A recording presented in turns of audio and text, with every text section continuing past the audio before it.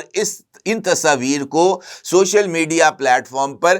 مس lead کرنے کے لیے عوام کو وہ شامل کیا گیا ہے۔ اور ان کا یہ کہنا ہے بڑے واضح انداز میں کہ Taliban spokesmen accounts like Zabihullah M33 often share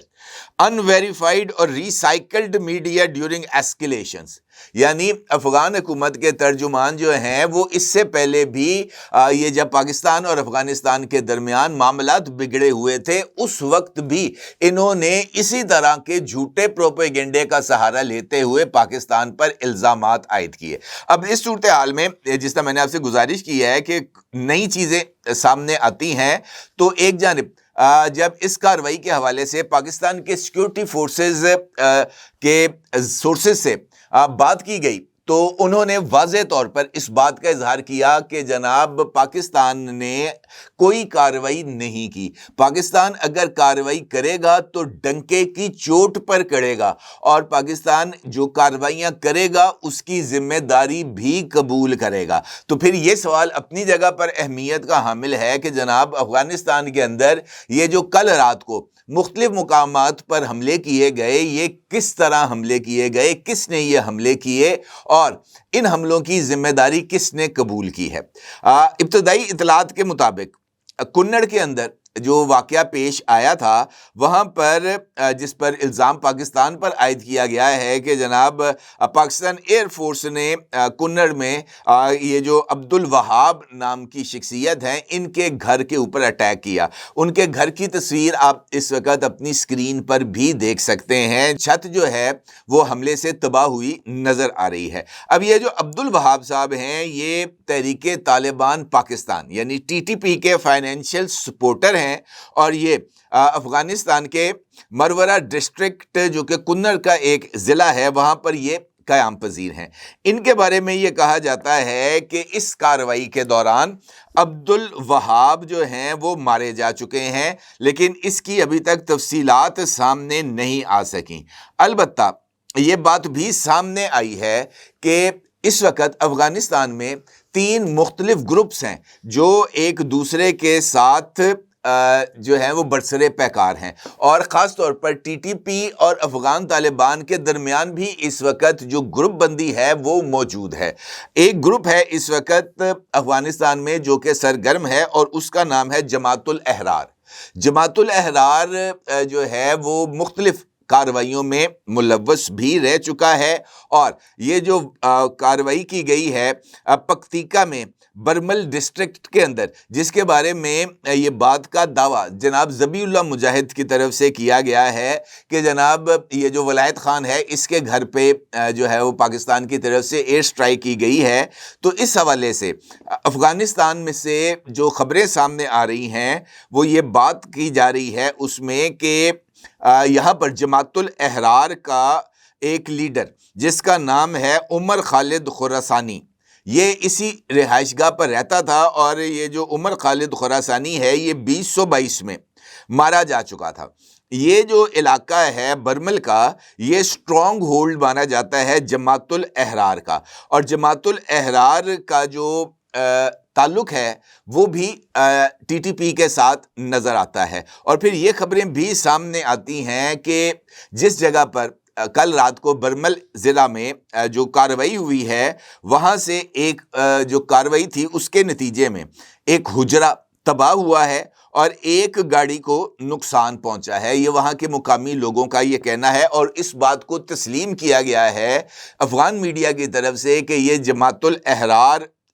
کا یہاں پر اچھا خاصا اثر و رسوخ ہے۔ اب جماعت الاحرار کی مختلف اور جو گروپس ہیں ان کے ساتھ آپسی لڑائیاں بھی موجود ہیں، اور یہ بات مختلف افغان سورسز کی طرف سے بھی سامنے آئی ہے کہ یہ جو کارروائیاں ہیں اس میں جو ڈرونز تھے یا پاکستان کے فائٹر جیٹس ہیں اس کو کسی جگہ پر سپاٹڈ نہیں کیا گیا، اور نہ ہی جو لوکل لوگ ہیں انہوں نے کسی طیارے کی یا ڈرون کی وہاں سے آواز سنی ہے۔ یہ واضح طور پر اس بات کو تسلیم کیا گیا ہے۔ اب یہ جو کارروائیاں ہیں انفیکٹ یہ طالبان گروپس کی آپس کی لڑائیاں ہیں، اور پاکستان نے واضح طور پر اس بات کا اظہار کیا ہے کہ جناب ہماری طرف سے کسی طرح کی کوئی کارروائی نہیں کی گئی۔ اس کے ساتھ ساتھ یہ بات بھی سامنے آئی ہے کہ یہ جو کارروائی ہوئی ہے کل مختلف جگہوں میں، وہاں پر جو مختلف لوگ ہیں وہ ان کارروائیوں میں نشانہ بنے ہیں۔ تو اس کا مطلب یہ ہے کہ اس وقت یہ جو جماعت الاحرار ہے جس نے پاکستان کے اندر بھی مختلف کارروائیوں کی ذمہ داری کو قبول کیا تھا، یہ فتنہ الخوارج کی ایک ذیلی تنظیم ہے۔ اس کا مطلب یہ ہے کہ ٹی ٹی پی کے اندر بھی اس وقت مختلف گروپس موجود ہیں، اور افغان طالبان کے اندر بھی مختلف گروپس موجود ہیں، اور یہ ممکنہ طور پر آپسی لڑائی کا ایک شاخسانہ ہے جس کا ہم نے اس سے پہلے بھی مظاہرہ دیکھا تھا جب حافظ گل بہادر گروپ نے نور ولی محسود کے گروپ کے اوپر حملہ کیا تھا، اور وہاں پر بھی یہ جو گرنیڈ پھینکنے کے واقعات تھے یہ سامنے آئے تھے، اور اس کے ساتھ ساتھ مختلف جو